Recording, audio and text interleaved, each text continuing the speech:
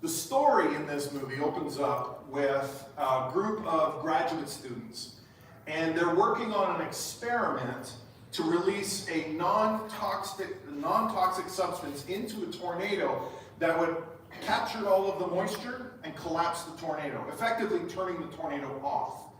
So the implication there is if it's successful, they could wind up saving countless lives.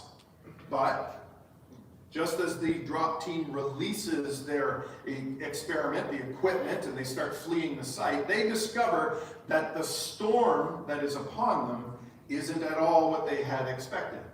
Rather than the small EF1 tornado they were expecting, which probably would have been about 50 meters wide and destructive, of course, they found themselves fleeing from what they call an EF5 tornado with a diameter of over 2 kilometers and a speed of over 360 kilometers an hour. And all but one of the drop team are taken. And as I thought about this movie more and more, one of the things that I noticed that really stood out to me about this film was how quickly some of the storms that they were focused on wound up becoming something very different than what it had started out as. And when that happened, everything changed so quickly. And the more I thought about it, the more I was like connecting back and forth between the two, the more I began to realize how much this life is a whole lot more like that than we often give it credit for. And so there are times when we're in the middle of a sunny sky period of life. Things are going great. We feel really good.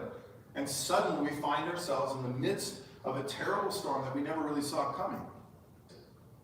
In this life, whether we're talking about tornadoes or the storms that we get hit with in our personal lives, we must understand that we cannot control the storm.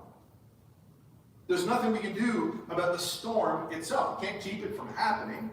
In fact, all we really have control over is what we do in the midst of the storm. And what we do in the midst of the storm, whether we realize it or not, what we do is going to shape us, positively or negatively.